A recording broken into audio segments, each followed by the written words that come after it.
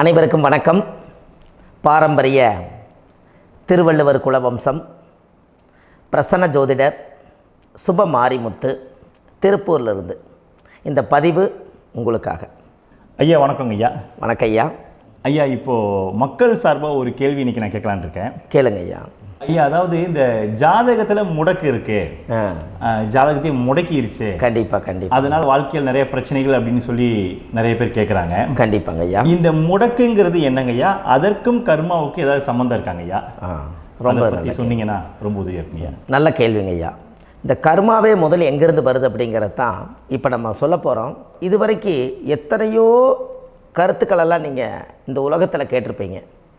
ஆனால் இந்த பதிவில் நீங்கள் பொறுமையோடு இந்த கருத்தை ஒரு இனிமையோடு நிதானமாக கேட்டிங்கன்னா உங்களுடைய ஊழ்வினை கர்மா எங்கிருந்து உருவாச்சு, இதனுடைய இந்த கர்மானால் நாம் என்ன கஷ்டப்படுறோம், நாம் இந்த பூமியில் பிறக்கிறதுக்கு என்ன வரம் வாங்கி வந்தோம், நம்ம பாவ புண்ணியமெல்லாம் ஜாதக கட்டத்தில் போய் எப்படி எடுக்கிறது, நம்மளுடைய தோஷம்னு சொல்கிறோமே அந்த தோஷம் எப்படி கிரியேட் ஆகுது, நம்ம இந்த பூமியில் பிறக்கும்போது கொண்டு வந்த கர்மாவா, இல்லை கடவுளே நம்மளுக்கு ஒரு தண்டனையாக கொடுத்த கர்மாவா, இல்லை நம்ம இந்த பூமிக்கு வந்ததுக்கு அப்புறம் செய்த கர்மாவா, இது எல்லாத்தையுமே நம்ம பொறுமையாக கேட்கணும்னா கண்டிப்பாக இந்த பதிவை நீங்கள் பொறுமையோடு கேளுங்க.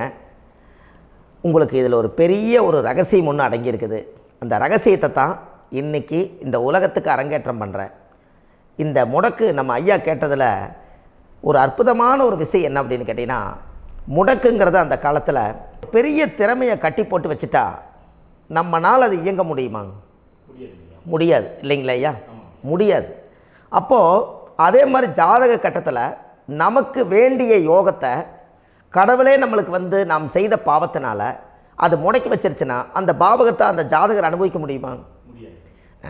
அனுபவிக்க முடியாது. அப்போது அந்த அனுபவிக்க முடியாமல் வெளி உலகத்தில் போய் நம்ம தேடி போன பிறவியில் செய்த பாவத்தை இந்த பிறவியில் நீங்கள் தேடி கண்டுபிடிச்சி வாழ்க்கையில் நீங்கள் எப்போ மேலுக்கு வர்றது? அப்போது அந்த கர்மா 12 ராசி கட்டத்துக்குள்ள 27 நட்சத்திரத்தில் 9 கிரகங்களுக்குள்ள ஒரு பெரிய ஒரு ஆத்துமாத்துமான கர்மா, உங்கள் பூர்வ ஜென்ம கர்மா இதுக்குள்ளே எங்கேயோ ஒரு இடத்துல முடங்கியிருக்குது. இந்த முடக்க மட்டும் உங்கள் ஜாதகத்தில் நீங்கள் கண்டுபிடிச்சிட்டிங்கன்னா ஹைலைட்டாக வாழ்கிறதுக்கு, இந்த உலகத்தில் சுதந்திரமான வாழ்க்கை வாழ்கிறதுக்கு ஒரு மிகப்பெரிய பொக்கிஷம் உங்கள் ஜாதகத்துக்குள்ளேயே இருக்குது. அப்போது அந்த ஜாதகத்துக்குள்ளே நாம் போன பிறவியில் நம்ம கர்மா நாம் என்ன செய்திருப்போன்னு உங்களுக்குள்ளே பெரிய குழப்பம் இருக்கும். என்னங்க ஐயா, நீங்கள் என்ன கர்மா பண்ணிட்டு வந்தீங்க, நாம் போன பிறவியில் நம்ம யாரை ஒரு வதச்சோம், யாரை நம்ம மனசை புண்படுத்தினோம், நம்ம தாத்தாவுக்கு சோறு போட்டோமா, நம்ம பாட்டனுக்கு சோறு போட்டோமா, நம்ம முப்பாட்டனுக்கு சோறு போட்டோமா, நம்ம கொள்ளுப்பாட்டனுக்கு சோறு போட்டோமா, அப்போ நம்ம அப்பாவுக்கு நம்மளை பெற்றவருக்கு நம்ம சாப்பாடு கொடுத்தோமா, இவங்களுக்கெல்லாம் நம்ம சேவை பணிமடைகள் செஞ்சோமா, நம்மளுடைய உறவுகளுக்கெல்லாம் அரவணைச்சு போனோமா, நம்மளுடைய இந்த மாதிரி நாம் இரத்த சம்பந்த உறவுகளை இருந்து தான் இந்த உலகத்துக்கு நம்ம வெளியில் வந்திருப்போம். அப்போது வெளியில் நீங்கள் நிற்கிறீங்க, அப்படியே மேலே போய் பார்த்தீங்கன்னா ஒரு 7 தலைமுறையில் ஒவ்வொருத்தரும் செய்த கர்மாவெல்லாம் நம்ம பிளட்டு ரிலேட்டிவாக இப்போ நீங்கள் கரண்ட்டில் இருக்கிறவங்க கிட்ட தான் டெபாசிட் பண்ணியிருக்கோம். அப்போ இது தெரியாமல் நாம் ஜாதகத்துக்குள்ளே போய் தசாபுத்தி நல்லா தனுங்க இருக்குது, நான் ரொம்ப கஷ்டப்படுறேன், என் ஜாதகத்தில் போய் பார்த்தேன் எல்லா கிரகங்களும் நல்ல வலிமையாக இருக்குன்னு தான் சொன்னாங்க, ஆனால் இன்னும் என்னுடைய கடன் அடையலை, இன்னும் என்னோடய கர்ம தீர்ந்த மாதிரியே தெரியல, எனக்குள்ளே ஒரு தாட்டு என்னமோ நான் ஒரு பின்தங்கின வாழ்க்கையிலே வாழ்ந்துட்டுருக்கேன் அப்படின்னு நீங்கள் சொல்லும்போது, அப்போ இதையெல்லாம் தாண்டி ஒரு கர்மா உங்களுடைய ராசி கட்டத்துக்குள்ளே எங்கேயோ ஒரு பக்கத்தில் ரகசியமாக புதைஞ்சிருக்கு. அப்போது அந்த ரகசியமாக புதைஞ்சிக்கக்கூடிய அந்த முடக்கு தான் இன்றைக்கி இந்த உலகத்துக்குள்ளே நீங்கள் தெரிஞ்சுக்கக்கூடிய விஷயம். அப்போ அந்த முடக்குங்கிறது ஒன்று உண்மை. இந்த உலகத்துக்கு நம்மளை எல்லாத்துலேயும் நல்லா யோசிச்சு பாருங்கள். 12 ராசி கட்டம் இருக்குதுங்களா ஐயா? ஆமாங்க ஐயா. ஆனால் கிரகம் எத்தனை இருக்குதுங்க? 9 தான் இருக்குங்க ஐயா. ஆமாம், 12 ராசிக்கு 12 கட்டத்துக்கு 12 கிரகம் கொடுத்துருக்கலாமல்ல கடவுள்.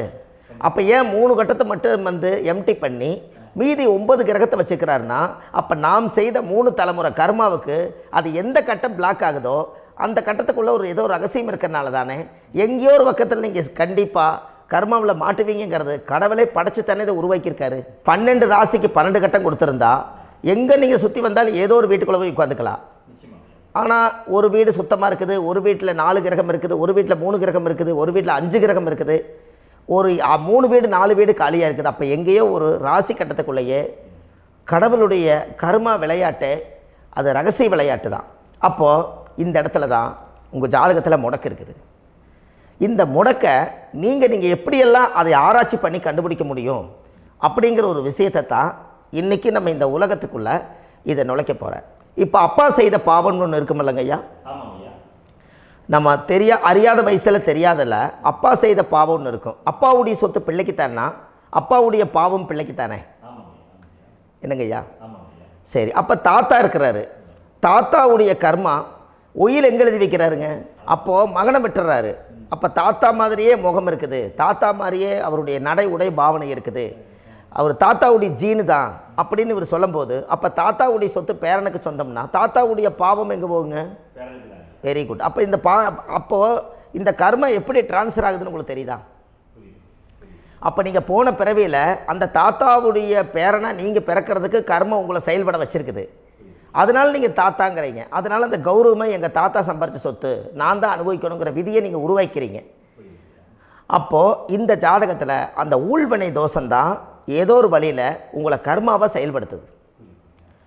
அதனால தான் இந்த ஜாதகத்தில் எந்த ஒரு முடக்கை எடுக்கிறதா இருந்தாலும் சூரியன் என்ற நட்சத்திரம் எதுவோ அந்த நட்சத்திரத்துக்கு எந்த வீடு முடக்காகுதோ அங்கே தான் உங்களுடைய கர்மா ஒளிஞ்சிருக்கும். இதுதான் உங்களுடைய பெரிய ஒரு பொக்கிஷமான ரகசியம்.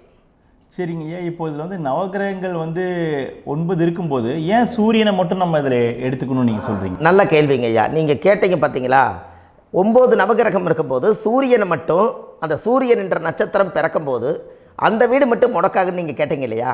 இதுதான் அற்புதமான கேள்வி. ஏன் அப்படின்னு கேட்டிங்கன்னா, சூரியன் அப்பாவோட உயிர் கரு போய் அம்மாவுடைய பனிக்கூடத்தில் கர்ப்பத்தில் வச்சு 10 மாதம் 300 நாள் சுமந்து நீங்கள் இந்த பூமிக்கு வெளியில் வரும்போது நீங்கள் என்ன பாவத்தை இவங்க விதைச்சாங்களோ அந்த கர்மாவை வாங்கிட்டு தான் நீங்கள் வெளியில் பிரசவமாகறீங்க. இதுதானே?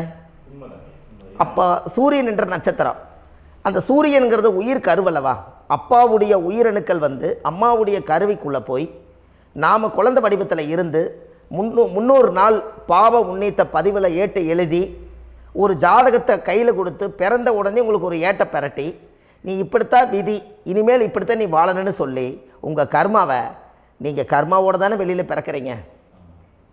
அப்போ சூரியன் என்ற நட்சத்திரம் தானே இந்த உலகத்துக்கு ஒரு பெரிய ஒரு மகத்துவம். இப்போ பாருங்கள், விடிய வரைக்கும் நம்ம முழிச்சிட்ருக்குறோம், காலையில் சூரிய உதயமானால் அவங்கவுங்க செயல்படுறோம். மீதி எல்லா கிரகங்களுக்குமே வெளிச்சத்தை கொடுக்கக்கூடிய சக்தி சூரியனுடைய பிம்ப ஒளிக்குத்தானே உண்டு, என்னங்க ஐயா? அதனால தான் மேசத்து உச்ச வீடுன்னு சொல்லி மேசத்தை உச்சம்னு சொல்லி சூரிய உச்சத்தை அங்கே தான் வச்சாங்க.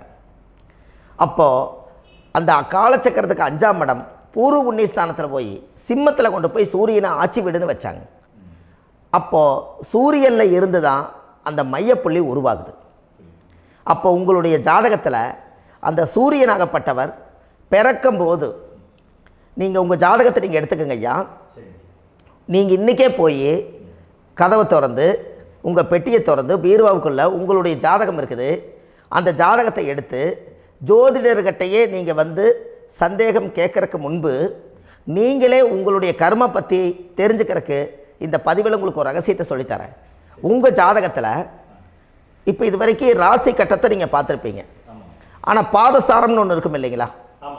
ராசிக்கு பாதசாரம்னு ஒன்று இருக்கும். சூரியன் என்ன நட்சத்திரத்தில் இருக்குது, சந்திரன் என்ன நட்சத்திரத்தில் இருக்குது, செவ்வாய் என்ன நட்சத்திரத்தில் இருக்குது, புதன் என்ன நட்சத்திர காலில் நிற்குது, இதெல்லாமே அந்த சாரம் இல்லாத ஜோதிடம் சோரம் போய்விடும். அதனால் அந்த சாரத்தில் நிற்கிது பார்த்தீங்களா கிரகம், அதில் இப்போ நீங்கள் உங்களுடைய ராசி கட்டத்தை ஓப்பன் பண்ணுங்கள்.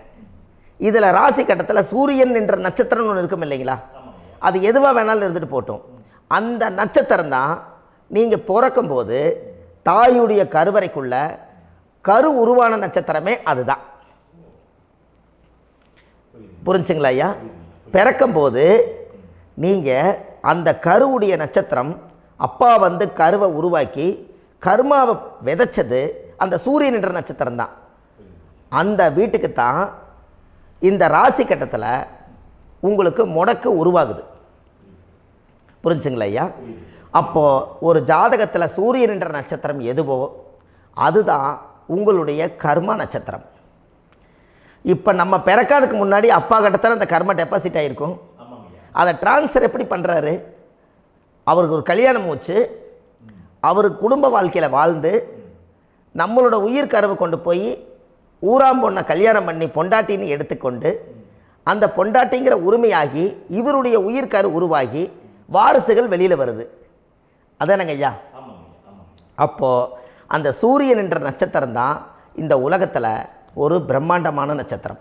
இந்த நட்சத்திரம் உங்கள் மனசுக்குள்ளே ஏதாவது இருந்துச்சுன்னா உங்கள் வீட்டில் ஏதாவது ஒரு நல்ல விஷயங்கள் நீங்கள் பண்ணுறதா இருந்தால் அந்த கர்மா நட்சத்திரம் சூரியனுடைய நட்சத்திரம் இருக்குது பார்த்தீங்களா, அந்த நட்சத்திரத்தில் எந்த ஒரு சேவைகளும் செய்யக்கூடாது. அதுதான் கர்மா. அதை போய் நீங்கள் ஆக்டிவேட் பண்ணி விட்டீங்கன்னா அது முன்னோர்களை வந்து நீங்கள் வந்து தொந்தரவு பண்ண மாதிரி. அந்த கர்ம நட்சத்திரம் தான் உங்கள் வாழ்க்கையில் அது புதஞ்சிருக்கிறதா. இப்போ குழந்தை பிறந்தாலோ சீர் சீமந்தங்கள் நீங்கள் செய்கிறதாலோ கல்யாணம் முக்கிறதுனாலோ உங்கள் ஜென்ம நட்சத்திரத்தன்னைக்கு கல்யாணம் பண்ண வேண்டாம்னு சொல்லிக்கிறாங்கல்லங்க. உங்களுக்கு ஜென்ம நட்சத்திரத்துக்கு முன்னாடி உங்களை உருவாக்குன நட்சத்திரம் தான் ஜென்ம நட்சத்திரம். அப்போ சூரியன் என்ற நட்சத்திரம் அப்பாவுடைய ஜென்ம நட்சத்திரமாக அந்த ஊழ்வினை கர்மம் செயல்படுது. அப்போ அந்த முடக்கு யார் வழியில் வந்தது? முன்னோர்கள் வழியில் வந்தது. முன்னோர்கள் கட்டி வச்சது யாரைய? குலதெய்வத்தை. அப்போ அந்த குலதெய்வத்தை போய் சாமிக்கு போய் வீடு வாசல்லாம் வலித்து குலதெய்வத்தை போய் தேங்காய் பழம் பூ மாலை கல்கண்டு வாங்கி அர்ச்சனை பண்ணி ஒரு அன்னதானம் ஒன்று பண்ணிவிட்டு சாமிக்கு பொங்கல் வச்சு நைவேத்தியம் பண்ணிவிட்டு உங்கள் ஜாதகத்தை வச்சு பூஜை பண்ணிவிட்டு வாங்க. அதுக்கப்புறம் தான் உங்கள் கர்மாவை கண்டுபிடிக்கிறதுக்கு வழியே பிறக்கும். குலதெய்வத்தை வணங்காமல் கோவிந்தா கோவிந்தா என்று பல தெய்வத்தை வணங்கினாலும் பலனொன்றும் இல்லைன்னு அந்த காலத்தில் முன்னோர்கள் சொல்லி வச்சுக்கிறாங்களா இல்லைங்களா? அதனால் கண்டிப்பாக அதை கண்டுபிடிச்சி நீங்கள் அதுக்கு ஒரு நைவேத்தியம் பண்ணால் மட்டும்தான் முதல்ல உங்கள் 5ஆம் பாவம் முன்னோர்கள் அது வேலை செய்யும். குலதெய்வ ஆலயத்துக்கு போயிட்டு வாங்க. போயிட்டு வந்துட்டு இந்த கர்மவினை தோஷத்தை நிவர்த்தி பண்ணுறதுக்குண்டான சரியான பரிகாரத்தை நம்ம எடுப்போம்.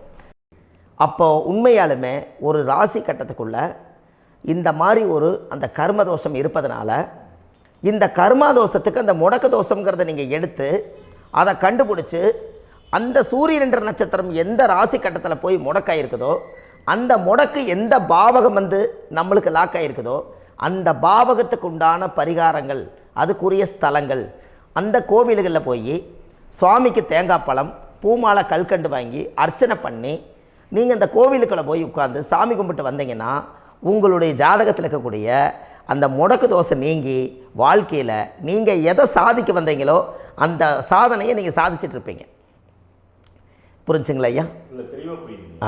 ஏன் அப்படின்னா அந்த முடக்கு நட்சத்திரத்துக்குள்ளே தான் ஒரு தோஷம் இருக்குது. இப்போ அந்த காலத்தில் பாருங்கள் ஐயா, முன்னோர்கள் எல்லாம் நிறைய பேர் கோவில் கட்டி வச்சுட்டு போயிருக்காங்களா இல்லைங்களா?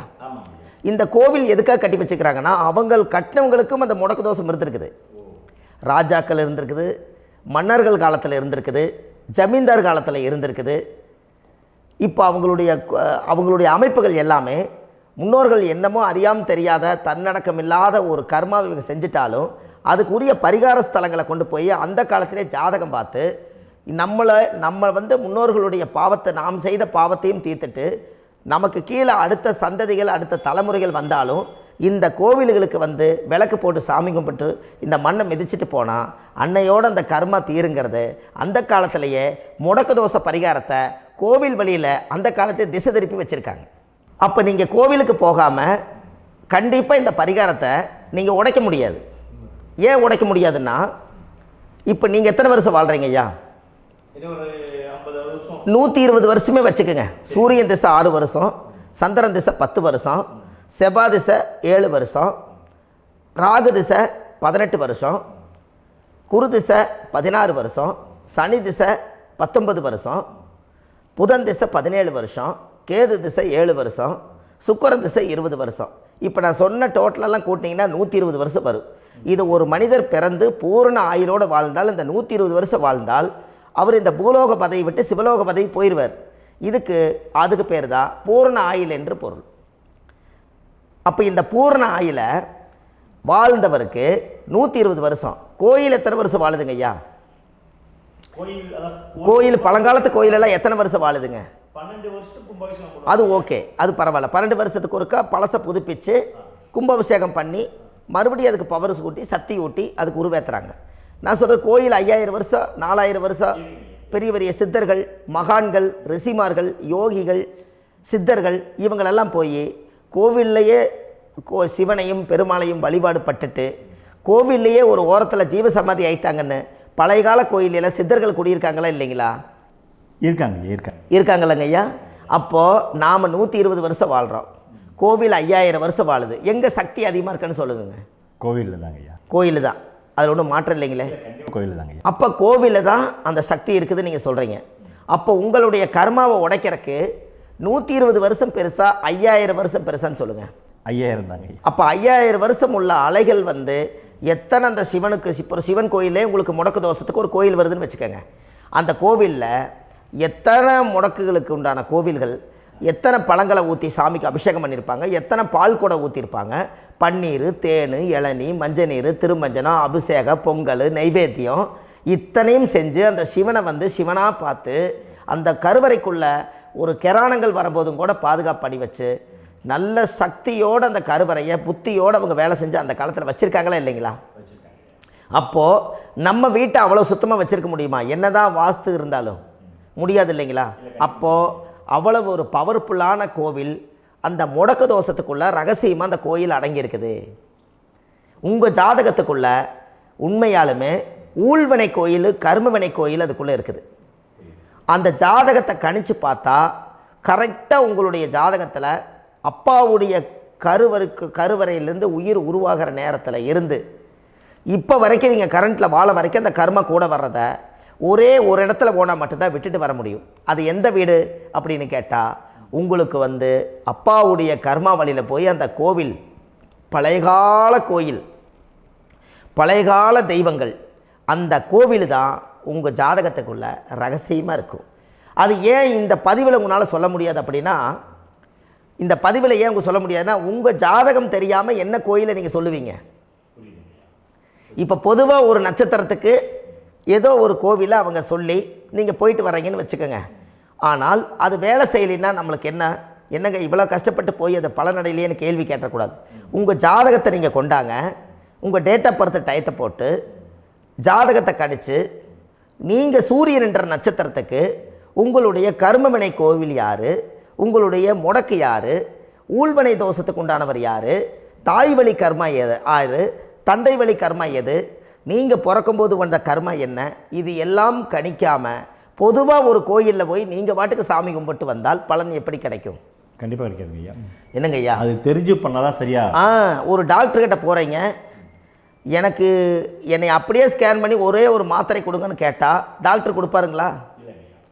அவர் என்ன பிரச்சனை இருக்குதோ அதை முதல்ல கண்டுபிடிச்சி ஸ்கேன் பண்ணி பார்த்து ரிப்போர்ட் எடுத்து அது மூலியமாக தான் கொஞ்சம் எடுத்து ஐயா உங்களுக்கு இந்த பிரச்சனை, இதுக்கு தீர்வுக்கு இதுக்குண்டான மெடிசன், இது இப்படித்தான் சாப்பிடணும்னு அது முறையாக சொல்லி அந்த உயிர் வாழ வைக்கிறாரு டாக்டர். அவர் ஒரு தெய்வ வடிவத்தில். கரெக்டுங்களா ஐயா? அப்போ உங்களோட கர்மா எங்கே செயல்படுது அப்படின்னா, இந்த முடக்க நீங்கள் இந்த பதிவில் தெரிஞ்சுக்கங்க. அதுக்குரிய நட்சத்திரம் என்னன்னு தெரிஞ்சு வச்சுங்க. உங்கள் ஜாதகத்தில் சூரியன் என்ற நட்சத்திரத்தை எடுத்துக்கங்க. அந்த வீட்டுக்கு முடக்க இந்த பதிவில் எந்த வீடு லாக் ஆகிருக்குதுங்கிறத நான் உங்களுக்கு இந்த வீட்டில் சொல்கிறேன். அந்த வீட்டு நீங்கள் பாருங்கள், உங்களுடைய லக்கணத்துக்கு அது எந்த வீடு. இப்போ லக்கணத்துக்கு ஒரு 7வது வீடுன்னே வச்சுக்கோங்க. அப்போ லக்கணத்துக்கு 7வது வீடே முடக்கு. அப்படி ஒரு முடக்கு ஆகிப்போச்சுன்னா ஒரு ஜாதகத்தில் லக்கணம் தான் 1, 7ஆம் இடம்ங்கிறது மனைவி ஸ்தானம். ஒரு ஆணுடைய ஜாதகத்துக்கு 7ஆம் இடம் தான் மனைவி. அவருக்கு நல்ல மனைவி அமையாமல் ஆடம்பரம் இருந்தும் வீடு அரண்மனை மாதிரி இருந்தும் அந்த மனைவியை ஒரு சந்தோஷமாக அவர் அனுபவிக்க முடியாது. புரிஞ்சுங்களா ஐயா? சந்தோஷமாக அனுபவிக்க முடியாது. ஏன் அப்படி? 7ஆம் இடத்துல தான் அவரோட கர்மா உட்கார்ந்துருக்குது. கரெக்டாக சொன்னீங்க. 7ஆம் இடத்துல தான் அந்த கர்மா உட்கார்ந்துருக்குது. அப்போ அந்த 7ஆம் இடத்துல இருக்கக்கூடிய அந்த கர்மா போன பிறவியில் நீ மனைவிக்கு சோறு போடாமல் மனைவியை கட்டி வச்சு அடிக்கிறதும், மனைவியை துன்புறுத்துறதும், அந்த மனைவி இருக்கவே இன்னொரு வாழ்க்கைக்குள்ளே போகிறதும், இங்கே வாழ வேண்டிய தாம்பத்திய சந்தோஷத்தை கொண்டு போய் இன்னொரு இடத்துல கொடுக்கறதும், தெரிஞ்சிருந்தே நம்மளுடைய மனசுக்குள்ளே திருடுத்தனமாக வாழ்கிறதும், இது எல்லா கர்மாவும் போன பிறவியில் நாம் செய்த ஊழ்வினை கர்மா தான் உங்கள் ஜாதகத்தில் 7ஆம் இடம் முடக்கு. அப்போ அந்த 7ஆம் இடம் முடக்கா இருந்துச்சுன்னா கண்டிப்பாக உங்கள் ஜாதகத்தில் நீங்கள் என்ன அனுபவிச்சிட முடியும்? நல்ல நண்பர்கள் கிடைக்க மாட்டாங்க, நல்ல ஒரு பார்ட்னர்ஷிப் அமையாது, நல்ல ஒரு நட்பு வட்டங்களில் எதையும் அனுபவிக்க விடாது, ஒரு அங்கீகாரமான உறவுகளில் போய் நம்ம ஸ்ட்ராங்காக நிற்க முடியாது. 7ஆம் இடம் என்பது தாம்பத்திய வாழ்க்கை, பூர்த்தி இல்லாத வாழ்க்கையாக இருக்கும்.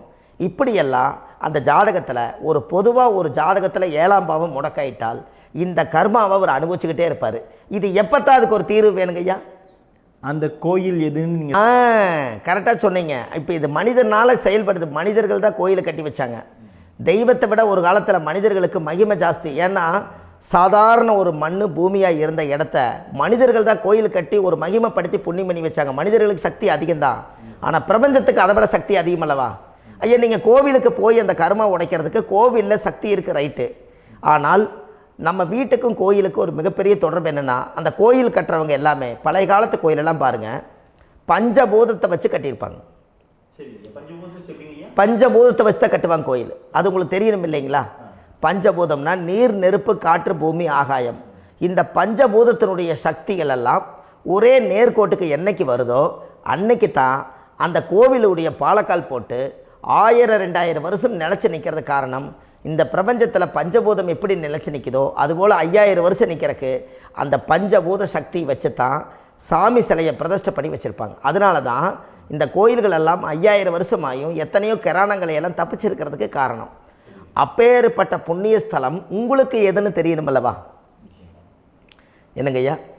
அப்பேற்பட்ட புண்ணிய ஸ்தலம் உங்களுக்கு எதுன்னு தெரிஞ்சால் தானே நீங்கள் போய் செய்ய முடியும், இல்லாட்டி கண்டிப்பாக தெரியாது. அப்போ இந்த முடக்கு தோஷத்தை கடவுள்கிட்ட கொண்டு போய் ஒப்படைக்கணும். நாம் பிறக்கும் போது கொண்டு வந்த கர்மாவை நாம் இருக்கும் காலத்தில் கொண்டு போய் இந்த கர்மாவை சுத்தப்படுத்தி, நீங்கள் பாவ ஆத்மாவை இந்த பூமியில் பிறந்து பூலோகத்தில் எல்லா புண்ணியத்தையும் செஞ்சுட்டு இந்த பூலோகத்தை விட்டு நீங்கள் போகும்போது புனித ஆத்மாவாக போகணுன்னா உங்கள் கர்மாவை கொண்டுட்டு போகாதீங்க, கர்மாவை நிவர்த்தி செய்யுங்க. என்னங்க ஐயா? அப்போ கர்மாவை சுத்தப்படுத்துங்க. கர்மாவை சுத்தப்படுத்திட்டு உங்களுக்கு பிறக்கிற குழந்தைகளுக்கு அந்த கர்மாவை டிரான்ஸ்ஃபர் பண்ணாமல் உங்களோட நில் பண்ணுங்க. ஒரு உதாரணம் சொல்லட்டுங்களா ஐயா? ஒரு காந்தம் ஒன்று இருக்குது இல்லைங்களா? ஒரு காந்தம்ங்கிறது ஒரு தாத்தாவாக வச்சுக்கோங்க. ஒரு இரும்பை கொண்டு போய் வச்சா ஒட்டு மோட்டாதா? அப்போ ஒட்டுனோடனே காந்தம்ங்கிறது தாத்தா, அவருக்கு பிறந்த வாரிசுக்கு அந்த கர்ம டிரான்ஸ்ஃபர் ஆயிருமா? சரி, இன்னொரு இரும்பை கொண்டு போய் வைங்க, ஒட்டு மோட்டாதா? அப்போ அது பேரனுக்கு வைங்க, பேரனுக்கு வந்துருச்சு அந்த கர்மா. இன்னொரு இரும்பை கொண்டு போய் வைங்க, அந்த காந்தத்துக்கு நேர் இன்னொன்று வைங்க, ஒட்டு மோட்டாதா? அப்போ அதை கொண்டு போய் நம்ம கொள்ளு பேரனுக்கு வைங்க. இப்படியே டிரான்ஸ்ஃபர் ஆகி தலைமுறையாக இந்த கர்மா தொடர்ந்துக்கிட்டே இருக்குது. இந்த இடத்துல கொண்டு போய் காந்தத்துக்கு இரும்பு ஒட்டிகிட்டே இருக்குதுல்ல, இந்த இடத்துல ஒரு மரக்கட்டை செஞ்சு கொண்டு போய் கரெக்டாக வச்சுக்கினே போட்டுமா? அந்த மரக்கட்டையை கொண்டு போய் வைக்கிறவர் யார்? மரக்கட்டை வச்சுட்டு அடுத்த வாரிசு புனிதமாக பிறந்துட்டு அந்த மேலே இருக்கிற கர்மாலாம் இந்த அடுத்த இதுக்கு வராதில்ல. இதுதாங்க ஐயா கர்மா. தொடர்ந்து வரக்கூடிய கர்மாவை அதை நில் பண்ணணுங்கிறதுக்கு பேர் தான் இந்த உதாரணத்தை சொன்னவங்களுக்கு. அப்போ நாம் இந்த பூலோகத்தில் நம்ம ஒரு தாயுடைய கருவறையில் இருந்து தொப்புள் கொடி அறுக்கும் நேரம் நாம் என்ன கர்மாவை வாங்கி வந்திருந்தாலும் அதையெல்லாம் ஆராய்ச்சி செய்து ஜாதகத்தில் முழுமையாக கண்டுபிடிச்சி ஒரு காலம் இல்லைனாலும் ஒரு காலம் நம்ம நல்லா இருக்கிறதுக்காக, நம்ம வாரிசுகள் எல்லாம் நலமடைஞ்சு வளமடைஞ்சு வர்றதுக்காக இந்த கர்மா தோஷத்தை கரெக்டாக கண்டுபிடிச்சி சரியான கோவிலுக்கு போய் நீங்கள் கர்மாவை நிவர்த்தி பண்ணி அங்கே பூஜை புனஸ்தானங்கள், சகசரநாம பூஜைகள், ஓமங்கள், வழிபாடுகள் இதெல்லாம் நீங்கள் செஞ்சு உங்களுடைய பாவத்தை எல்லாம் கழித்து உங்கள் ஜாதகத்தவே யோகமாக மாற்ற முடியும். கண்டிப்பாக மாற்ற முடியும். ஏன்னா நம்ம யாரை நம்பி செய்கிறோம்? சரியான கடவுள்கிட்ட வழிகாமிக்க போகிறோம். அப்போ கடவுள் பொய்யாயிருவாரா? ஐயா நம்ம அதாவது அந்த காலத்தை சொல்லுவாங்க, சத்தியுள்ள சாமி கும்பிட்டு புத்தி உள்ள உள்ளே பெக்கணும்னு சொன்னாங்க. 16 வதபதன்னு பெக்கலை, எல்லாம் அறிவோடு பெற்றாங்க. அதனால் எல்லாமே தாய் தந்தைகள் பேச்சை கேட்டாங்க. அன்றைக்கி எல்லாருமே தாய் தந்தைகளுக்கு தூணாக நின்னாங்க.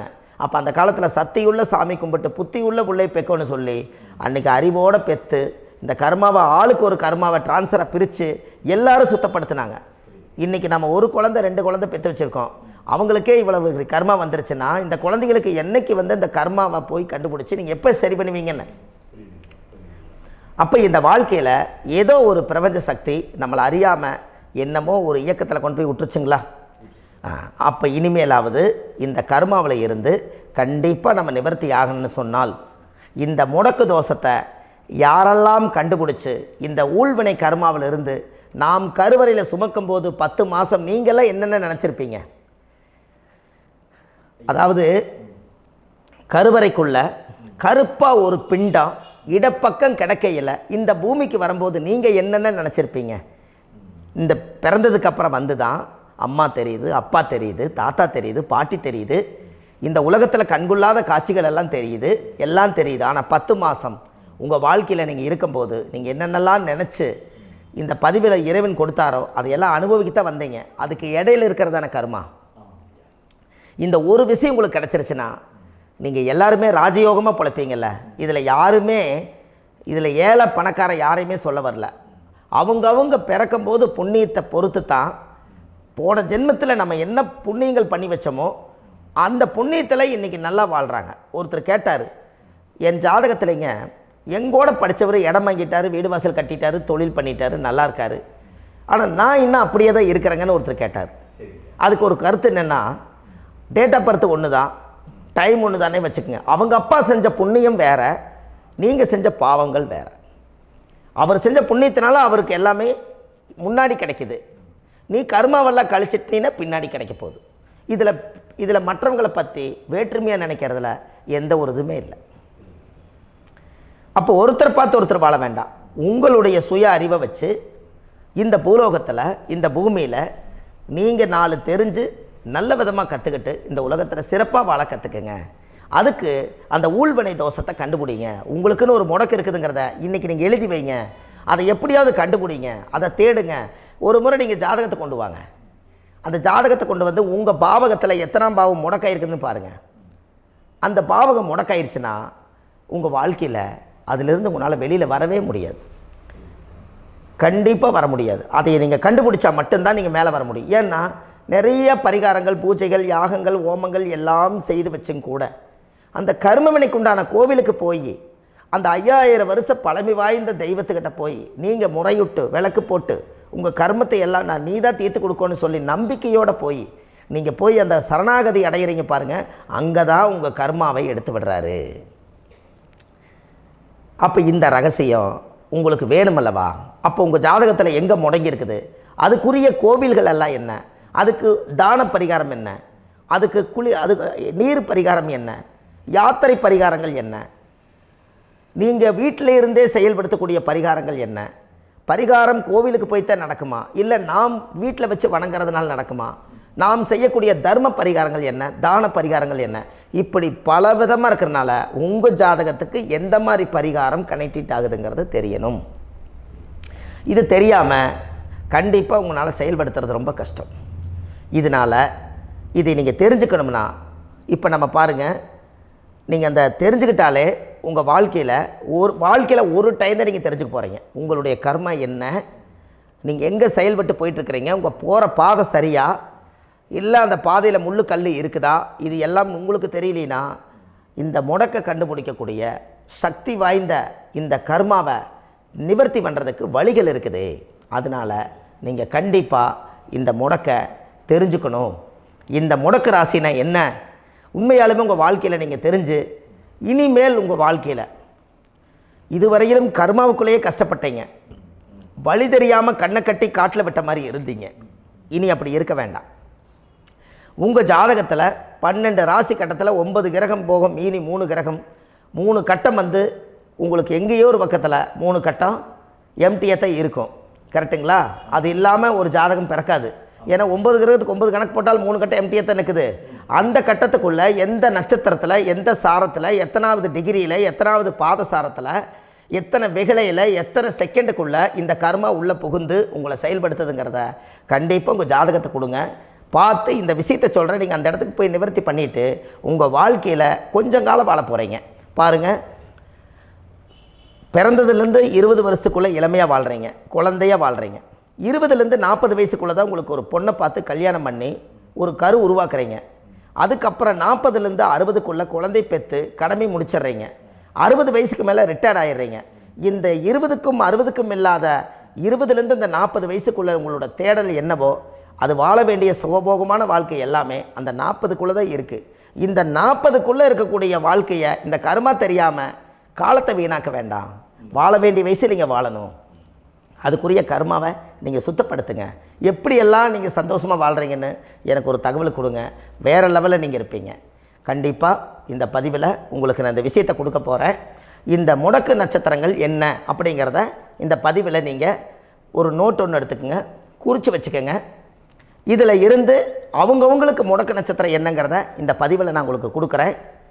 இந்த வீடு தான் அது முடக்குங்கிறத சொல்கிறேன். இதையெல்லாம் நீங்கள் தெரிஞ்சு உங்கள் ஜாதகத்தவே நீங்கள் முடக்கு எடுத்து கண்டிப்பாக உங்கள் வாழ்க்கையில் நீங்கள் நல்லா இருப்பீங்க. அதுக்கு ஒரு நோட் எடுத்து வச்சுக்கோங்க. இது வரைக்கும் கர்மாவை பற்றி நம்ம பேசினோம்.